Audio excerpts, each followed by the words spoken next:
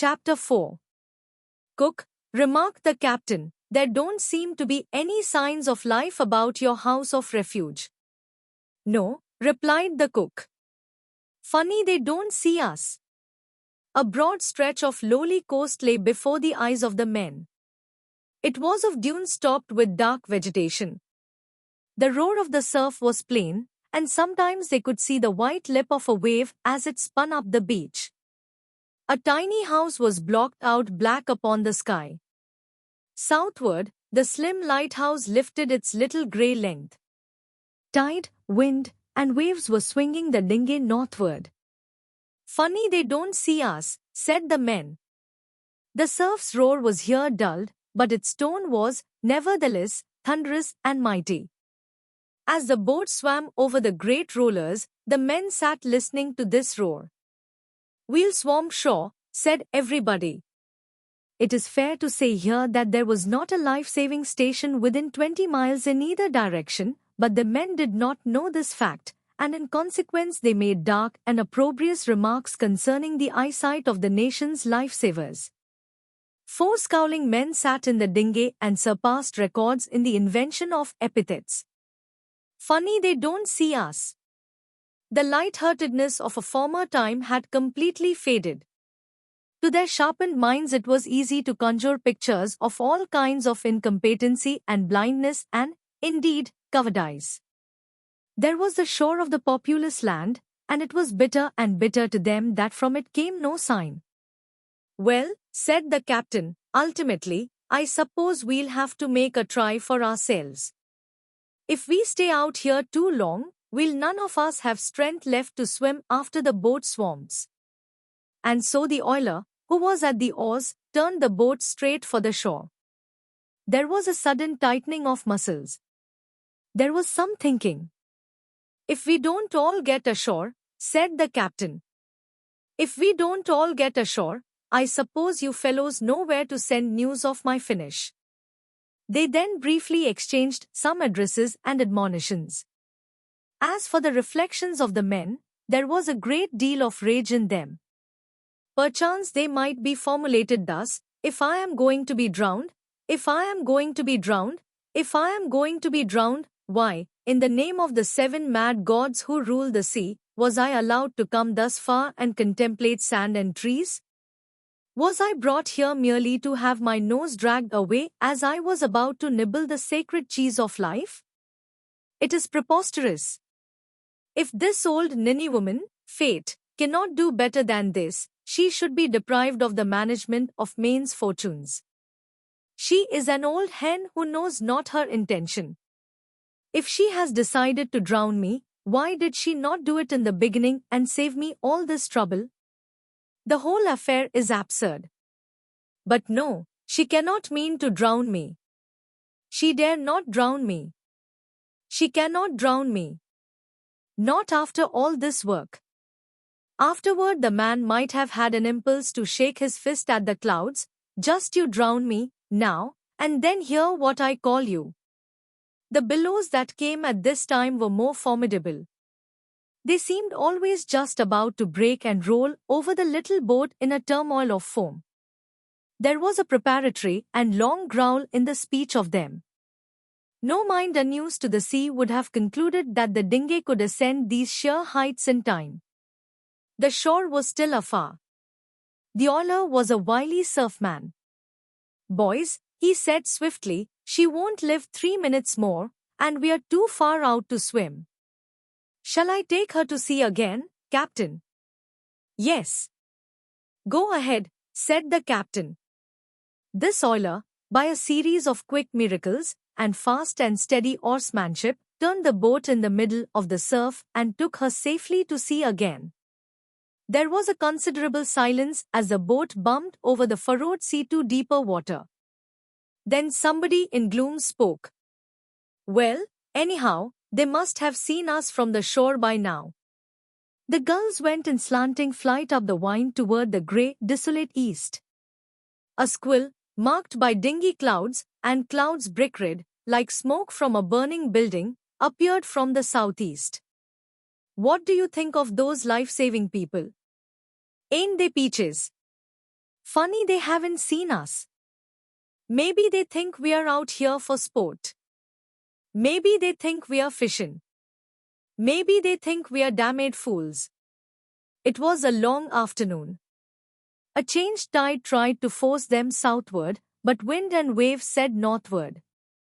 Far ahead, where coastline, sea, and sky formed their mighty angle, there were little dots which seemed to indicate a city on the shore.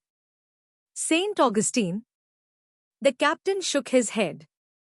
Too near Mosquito Inlet. And the oiler rowed, and then the correspondent rowed. Then the oiler rowed. It was a weary business. The human back can become the seat of more aches and pains than are registered in books for the composite anatomy of a regiment.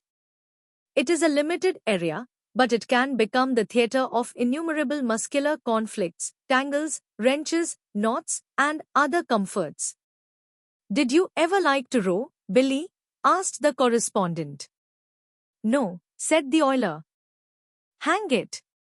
When one exchanged the rowing seat for a place in the bottom of the boat, he suffered a bodily depression that caused him to be careless of everything save an obligation to wiggle one finger. There was cold sea water swashing to and fro in the boat, and he lay in it. His head, pillowed on a thwart, was within an inch of the swirl of a wave crest, and sometimes a particularly obstreperous sea came inboard and drenched him once more. But these matters did not annoy him. It is almost certain that if the boat had capsized he would have tumbled comfortably out upon the ocean as if he felt sure that it was a great soft mattress. Look! There's a man on the shore. Where? There. See, I am. See, I am. Yes, sure. He's walking along. Now he's stopped. Look! He's facing us. He's waving at us. So he is. By thunder! Ah, now we're all right. Now we're all right. There'll be a boat out here for us in half an hour. He's going on. He's running. He's going up to that house there. The remote beach seemed lower than the sea, and it required a searching glance to discern the little black figure. The captain saw a floating stick and they rowed to it. A bath towel was by some weird chance in the boat, and, tying this on the stick, the captain waved it. The oarsman did not dare turn his head, so he was obliged to ask questions. What's he doing now? He's standing still again. He's looking, I think. There he goes again. Towards the house. Now he's stopped again. Is he waving at us? No, not now. He was, though. Look! There comes another man. He's running. Look at him go, would you? Why, he's on a bicycle. Now he's met the other man. They're both waving at us. Look! There comes something up the beach. What the devil is that thing? Why, it looks like a boat. Why, certainly it's a boat. No, it's on wheels. Yes, so it is. Well, that must be the lifeboat. They dragged them along shore on a wagon. That's the lifeboat, sure. No, it's an omnibus. I tell you it's a lifeboat. It is not. It's an omnibus. I can see it plain. See? One of these big hotel omnibuses. By thunder, you're right. It's an omnibus, sure as fate. What do you suppose they are doing with an omnibus? Maybe they are going around collecting the life crew, hey? That's it, likely. Look! There's a fellow waving a little black flag. He's standing on the steps of the omnibus. There come those other two fellows. Now they're all talking together. Look at the fellow with the flag. Maybe he ain't waving it. That ain't a flag, is it? That's his coat. Why certainly, That's his coat. So it is. It's his coat. He's taken it off and is waving it around his head. But would you look at him swing it? Oh, say, there isn't any life-saving station there. That's just a winter resort hotel omnibus that has brought over some of the boarders to see us drown. What's that idiot with the coat mean? What's he signaling, anyhow? It looks as if he were trying to tell us to go north. There must be a life-saving station up there. No. He thinks we are fishing. Just giving us a merry hand. See? Ah, there, Willie. Well, I wish I could make something out of those signals. What do you suppose he means? He don't mean anything. He's just playing. Well, if he'd just signal us to try the surf again, or to go to sea and wait, or go north, or go south, or go to hell, there would be some reason in it. But look at him. He just stands there and keeps his coat revolving like a wheel. There come more people. Now there's quite a mob. Look. Isn't that a boat? Where? Oh, I see where you mean. No, that's no boat. That fellow is still waving his coat. He must think we like to see him do that. Why don't he quit it? It don't mean anything. I don't know. I think he is trying to make us go north. It must be that there's a life-saving station there somewhere. Say, he ain't tired yet. Look at I am wave. Wonder how long he can keep that up. He's been revolving his coat ever since he caught sight of us. He's an idiot. Why aren't they getting men to bring a boat out? A fishing boat, one of those big yawls, could come out here all right. Why don't he do something? Oh, it's all right, now.